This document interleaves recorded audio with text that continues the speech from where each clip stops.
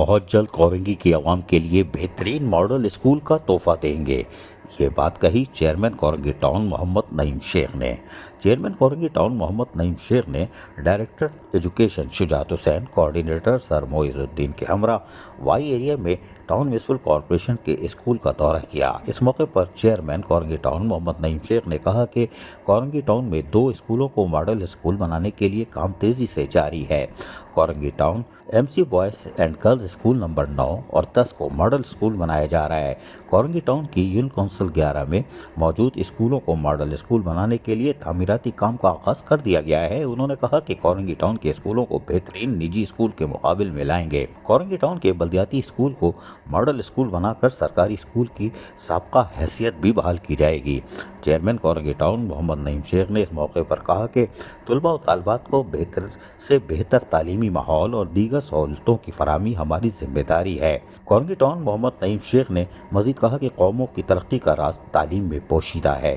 ہمیں ملک کی تعمیر و ترقی کے لیے طلباء و طالبات کو جدید علوم اور انفارمیشن ٹیکنالوجی سے آراستہ کرنا ہے۔ ڈائریکٹر ایجوکیشن شجاعت حسین نے اس موقع پر کہا کہ اساتذہ طلباء و طالبات کی صلاحیتوں کو نکھارنے میں اپنا اہم کردار ادا کرتے ہیں اور اساتذہ اپنی ذمہ داریوں کو نبھاتے ہوئے مستقبل کے معماروں کی تعلیم و تربیت کے فریضہ سر انجام دیں تاکہ مستقبل میں یہ ہمارے ملک کی باغ سنبھال سکیں گے۔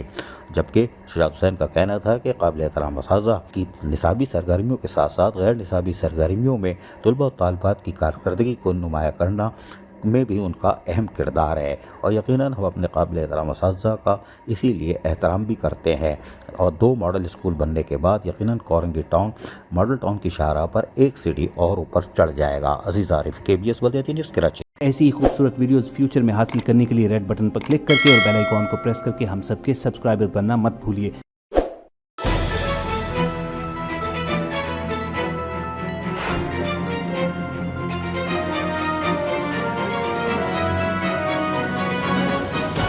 KBS بلدیاتی نیوز۔